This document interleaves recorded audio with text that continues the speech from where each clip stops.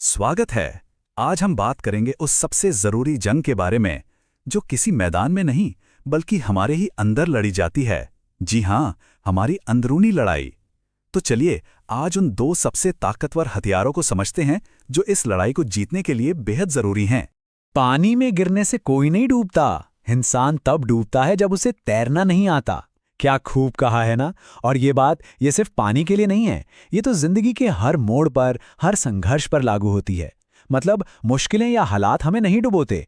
हम असल में तब हारते हैं जब हमें उन मुश्किलों से निपटना नहीं आता। तो असल युद्ध क्षेत्र कहाँ है? बाहर की दुनिया में नहीं, वो तो हमारे अंदर है। जी हाँ, जिंदगी की सबसे बड़ी लड़ाई किसी और से नहीं बल्कि खुद से होती है, अपने ही मन से, अपनी ही सोच से।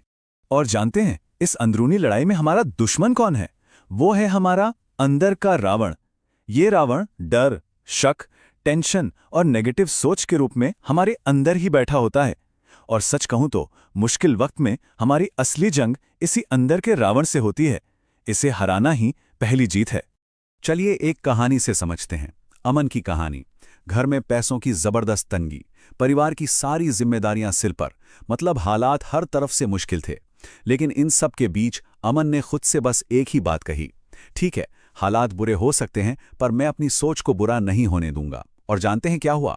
इसी एक सोच के दम पर उसने सिर्फ 2 साल में यूपीएससी जैसा कठिन एग्जाम पास कर लिया। उसने सिर्फ अपनी नहीं, अपने पूरे परिवार की किस्मत बदल दी। तो ये था हमारा पहला हथियार, पॉजिटिव नजरिया। ये वो कमाल की ताकत है जो आपकी कमजोरी को भी आपकी सबसे बड़ी ताकत बना सकती है। चलिए एक दिलचस्प कहानी से देखते हैं कि ये कैसे काम करता है। तो कहानी है एक राजा की, बहुत ही दयालु और प्रजा प्रेमी। लेकिन उनकी एक आंख नहीं थी और एक पैर भी नहीं था। पर कमाल की बात यह थी कि इसके बावजूद वो हमेशा खुश और पॉजिटिव रहते थे। तो एक दिन राजा ने सोचा कि उनकी भी एक शानदार पेंटिंग बननी चाहिए जो महल की गैलरी में उनके पुरखों की तस्वीरों के साथ लगे। अब पूरे राज्य से बड़े बड़े चित्रकार बुलाए गए, लेकिन जैसे ही उन्होंने राजा को देखा सबके हाथ पैर फूल गए। सब यही सोचने लगे, अरे एक आंख और एक पैर के साथ राजा की शानदार पेंटिंग कैसे बनेगी? ये तो असंभव है। और राजा के गुस्से के डर से एक एक करके सबने हाथ खड़े कर दिए। उनका सारा ध्यान सिर्फ राजा की कमियों पर था। पर फिर एक नौजवान पेंटर आगे आया। उसने एक ऐसा कमाल का आइडिया निकाला जो किसी ने सोचा ही नहीं था। उसने राजा को एक घोड़े पर बैठे हुए दिखाया, एक योद्धा की तरह जो धनुष पर तीर चढ़ाकर निशाना लगा रहा हो। अब देखिए, तीरंदाजी करते वक्त एक आंख तो वैसी भी बंद करनी पड़ती है ना? और घोड़े पर बैठे होने की वजह से उनका एक पैर भी दिखाई नहीं दे रहा था। मतलब उस पेंटर ने राजा की कमियों को ही उनकी खूबी बना दिया। जब राजा ने वो पेंटिंग देखी तो उनकी आंखों में आंसू आ गए। उन्होंने उस चित्रकार से कहा, तुमने सिर्फ मेरा शरीर नहीं, मेरी आत्मा को पेंट किया है। तो देखिए, यही है पॉजिटिव नजरिए की ताकत। ये किसी भी मुश्किल को एक मौके में बदल सकता है। ठीक है, तो पॉजिटिव सोच तो बहुत जरूरी है, लेकिन सिर्फ अच्छा सोचने से काम नहीं चलता, है ना? इसके साथ हमें अपना दूसरा हथियार भी इस्तेमाल करना होगा, और वो है समय की कद्र करना।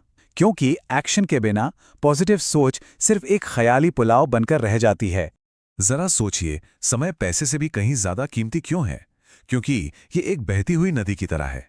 एक बार जो पानी आगे निकल गया, आप उसे वापस नहीं ला सकते, चाहे आप अरबों रुपए ही क्यों न खर्च कर दें। ये एक ऐसा खजाना है जो एक बार गया तो फिर कभी वापस नहीं आता। इसकी अहमियत समझने के लिए राजा विक्रम की कहानी को देखते हैं। उस राजा के पास दौलत, ताकत, मतलब सब कुछ था, लेकिन एक चीज नहीं थी, अनुशासन। वो हर काम को कल पर टालता था और अपना सारा कीमती वक्त मौज मस्ती में उड़ा देता था। और नतीजा, जब दुश्मनों ने हमला किया तो वो तैयारी नहीं था, और देखते ही देखते उसने अपना पूरा राजपाट गंवा दिया। अब जरा राजा विक्रम की कहानी के ठीक उलट राहुल की कहानी को देखिए।